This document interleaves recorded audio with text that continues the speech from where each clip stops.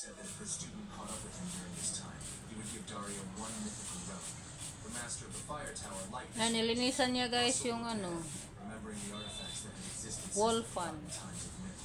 As far as he knew, Yan yung ano ngayon niya. contained mana around the seventh circle. Then Daria suddenly Gawain. said 3 years. She stood up and announced that if Russell did not catch up with his student within 3 years, she would give the master the magical relic. The man burst out laughing. Tayo naman, taga-video sa kanya. Daria Snow White added that he could say goodbye to the relic in advance. The master turned and told his student to go. Utos niya, sagot niya. Yang sugo, yang sugot. Ang hirap kaya linisan yung wulpan. Pinangtatanggal pa niya. Yan.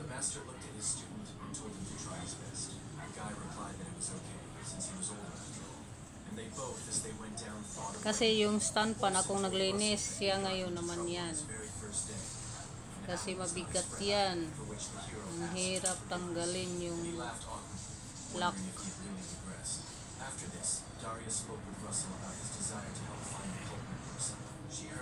Kasi daming alikabok.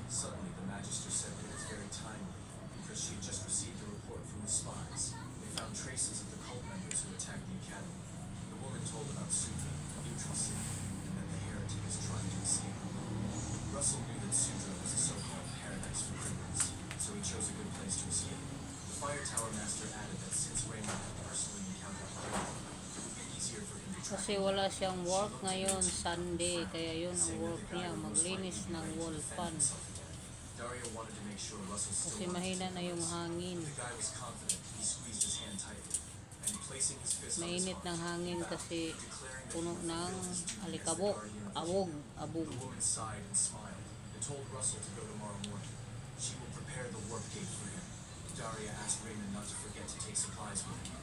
The protagonist was glad that the Magister allowed him, which seemed to be the first step towards saving Professor Hubert from death. The next day, the hero got into the carriage, and when it started moving, he put the torches into his instrument, until the very end of Daria gave him a surprise. Lakas ng hangin.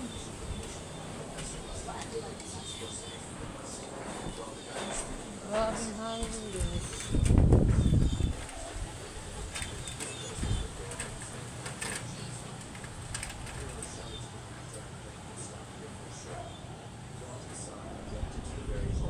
Journey through time began. The guy stood in front of the dragon's heart, protected by strong glass. All this time he was thinking why such a miracle happened. Then the guy came to his own conclusion. It was for his growth, and so he could protect it. Ayan, malinis na. As he set this out loud, small lights began to appear around the ancient exhibit again. Suddenly, a notification appeared with the text. Malapit na kasi niya matapos maglinis. Ngayon ko pa na video. Ngayon ko pa na video, tapos na.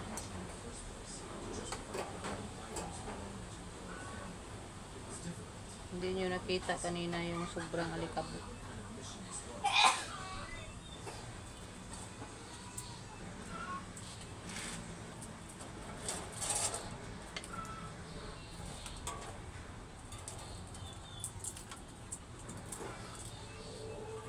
Yan, ang hirap nga. May ano.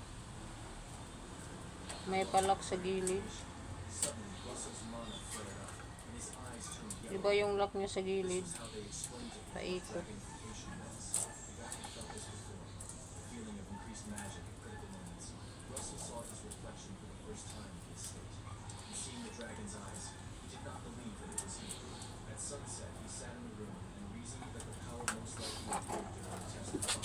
Russell stroked the dragon's belly, thinking what it would be like if he could just control it at will.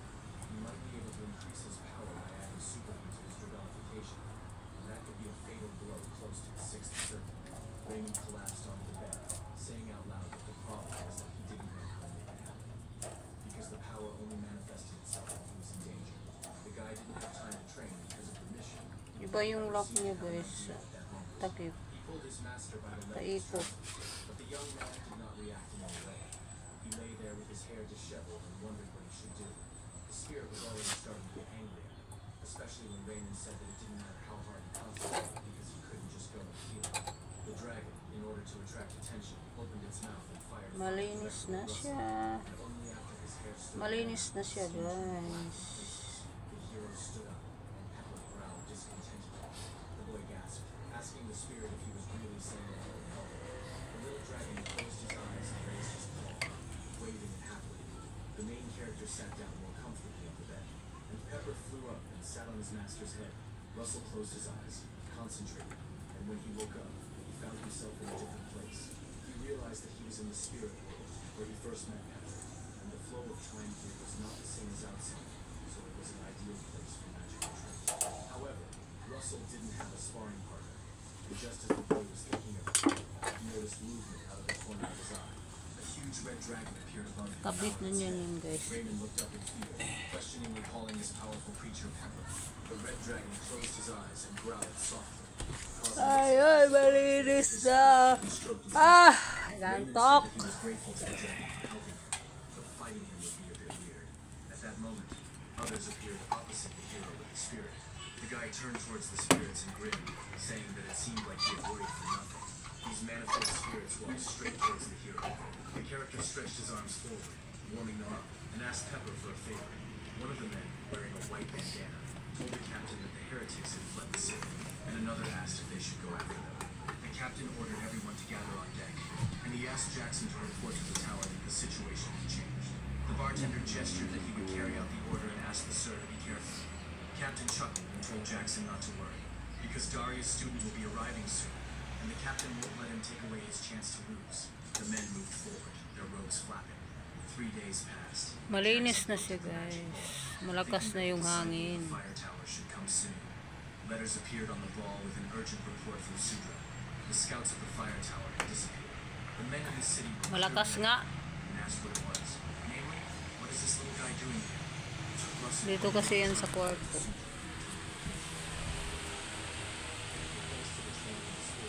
Malinis na. Dito yan.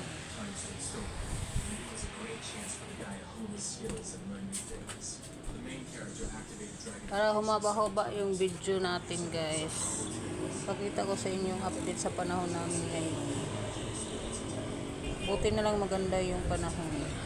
Pero bagyo sa iba. Dito mabuti naman yung panahon. Pakita ko na lang sa inyo yung update sa panahon namin ngayon. Walang bagyo dito. Para humaba-haba naman tong ano.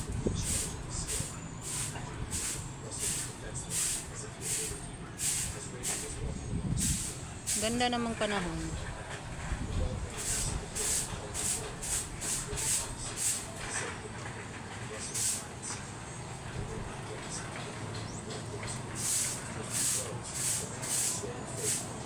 Kita yung tower. May tower dito, guys. Tower yan sa ano.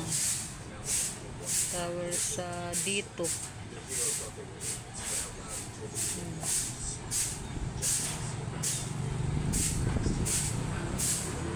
Malakas ang hangin pero mainit. Ganda naman panahon.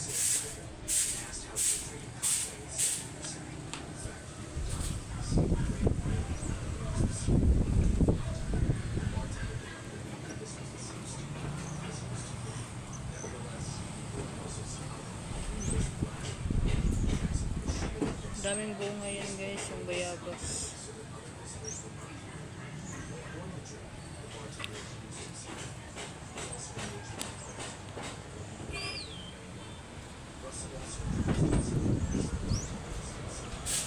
Magandang view dito sa harap namin pag maganda ang panahon. Yan, papaya.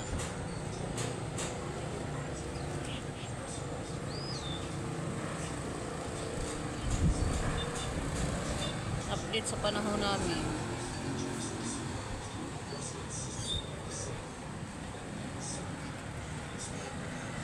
Ang init.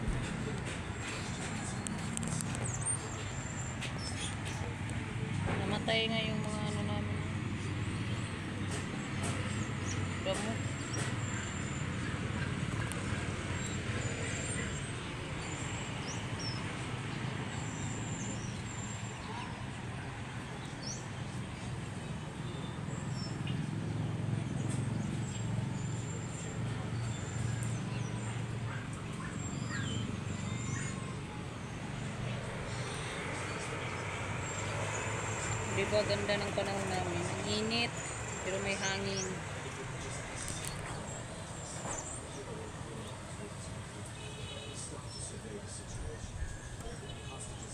Pakita ko sa inyo yung Young man looked at the entrance, thinking that they sa were likuran.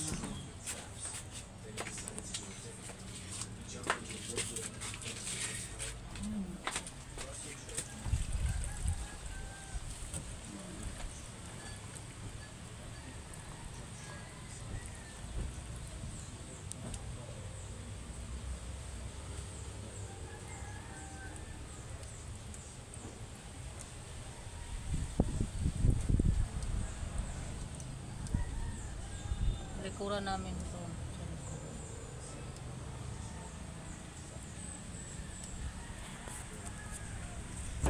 Sobrang init, diba?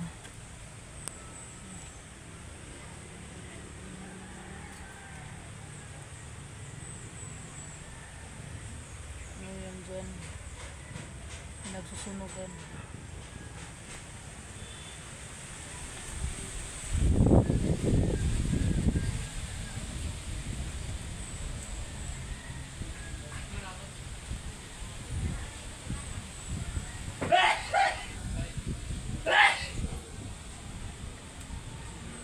Yung mga hinog sa bayabas.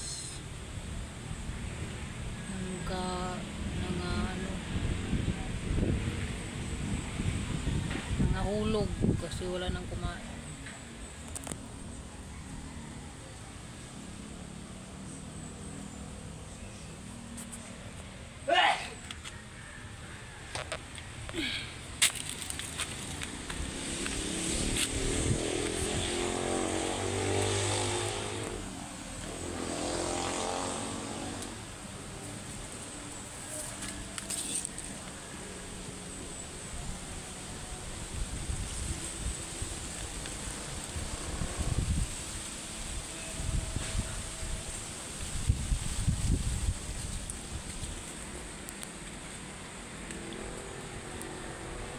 Sa likuran namin to may mga malunggay,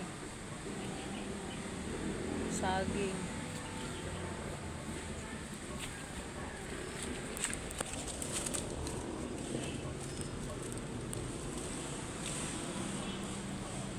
mangga tanim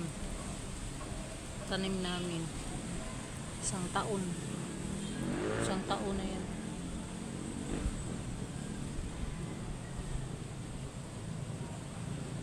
Diba malinaw yung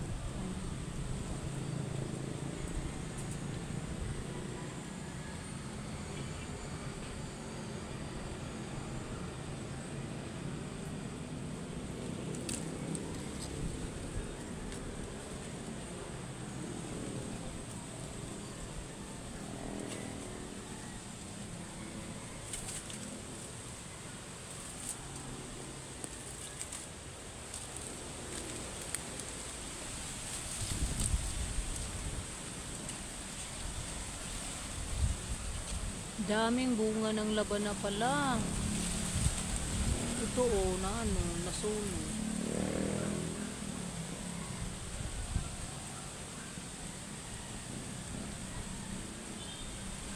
Dami palang bunga, guys.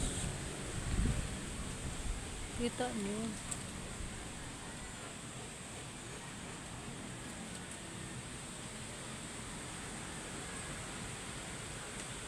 Yan, dami palang bunga.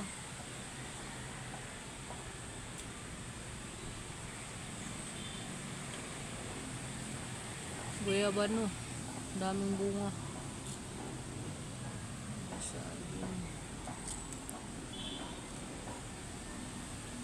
Tanaw ang tanawin doon.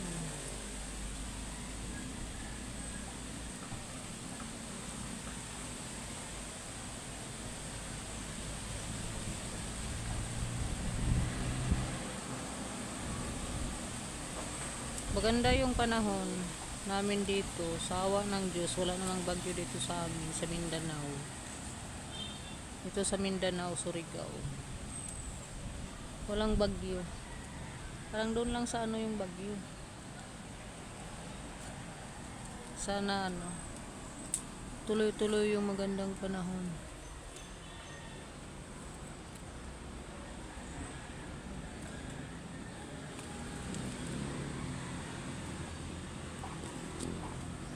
ulak.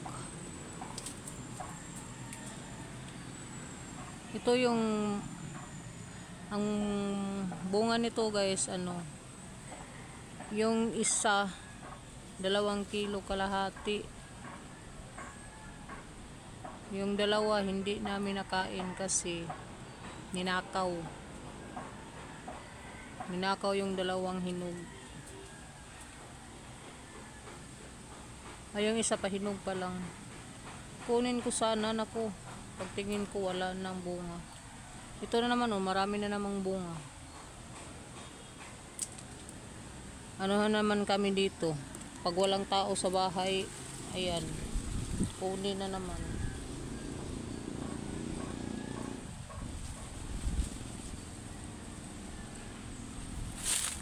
Iwan ko sa mga kapitbahay dito, mahilig magnakaw ng prutas.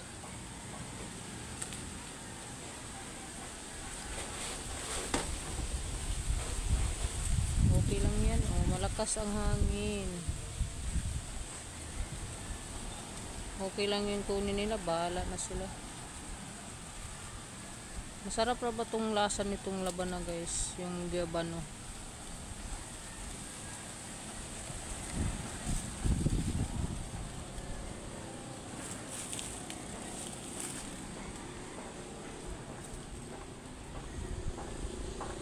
Sa babaw namin, sa taas sa likuran ng bahay. Ayan.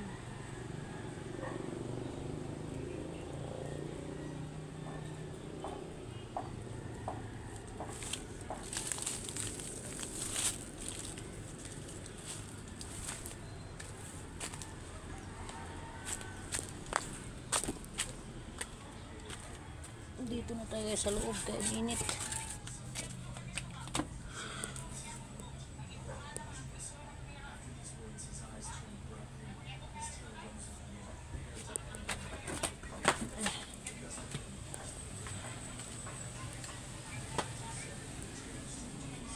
Yung dirty kitchen namin.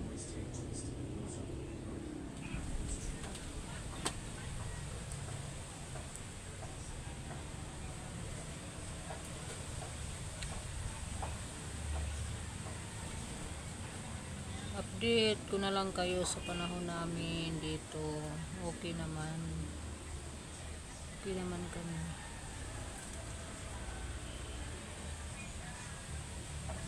Kasi yung paglinis sa Wolfan, 5 minutes lang. Kaya in-update ko na lang yung panahon namin. Na okay lang yung panahon namin. Wala namang bagyo sa Mindanao. Hello, shout out sa lahat.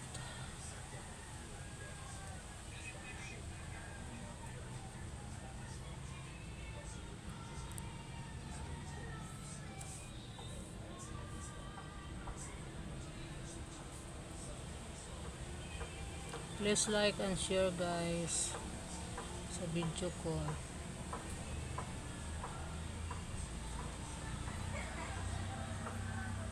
Please like and share.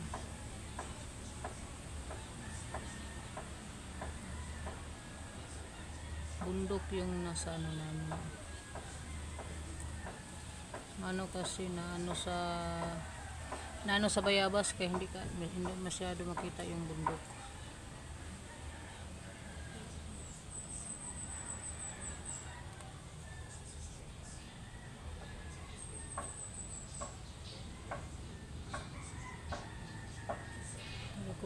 Sa likuran ng bahay marami palang bunga yung guyabano. Kala ko isa lang kasi nakita ko. Pag pinuntahan ko, dami pala.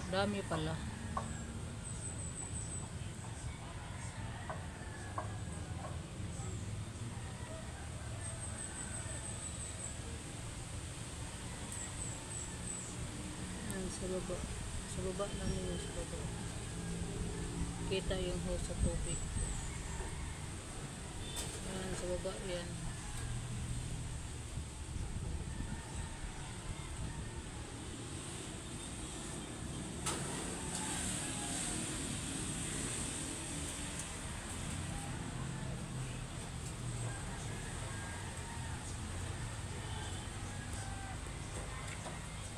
Sa baba. Hello. In-update ko na lang kayo sa panahon namin. Kasi para malaman nyo naman na mabuti lang yung panahon sa Mindanao. Kaya guys, please like and share.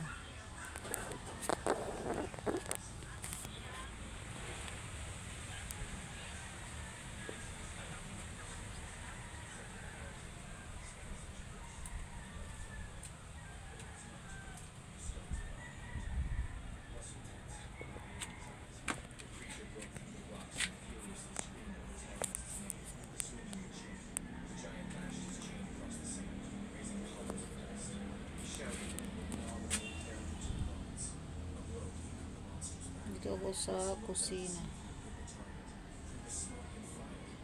Mga sako ng bigas.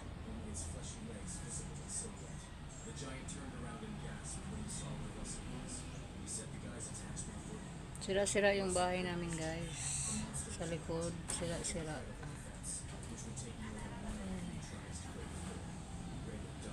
Sira-sira. Sira-sira.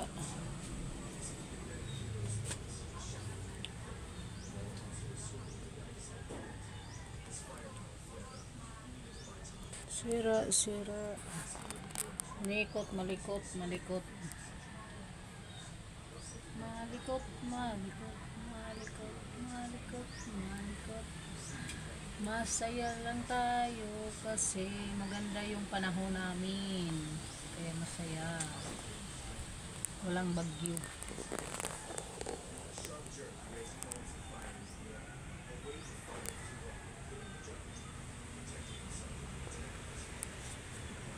Mga bato-bato dito sa amin, oh, mga bato-bato. Mga bato-bato.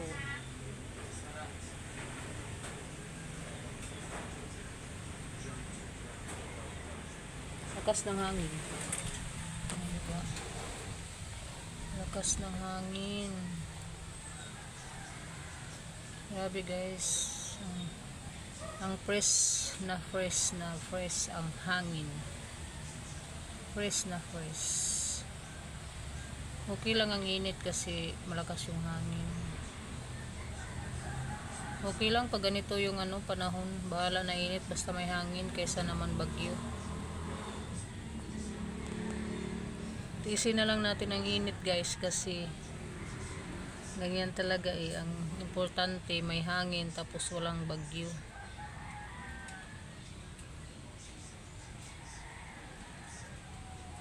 Buti yung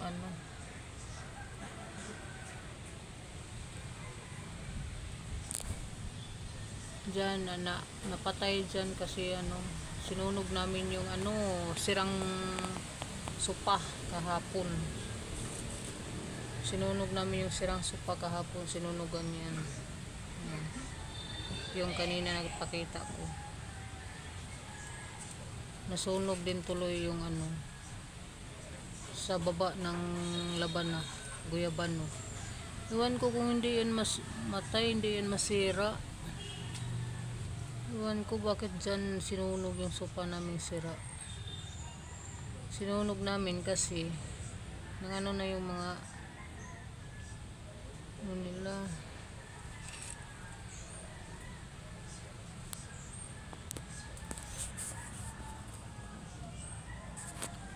Bye bye. Thank you sa panonood. Bye guys. Shout out sa lahat.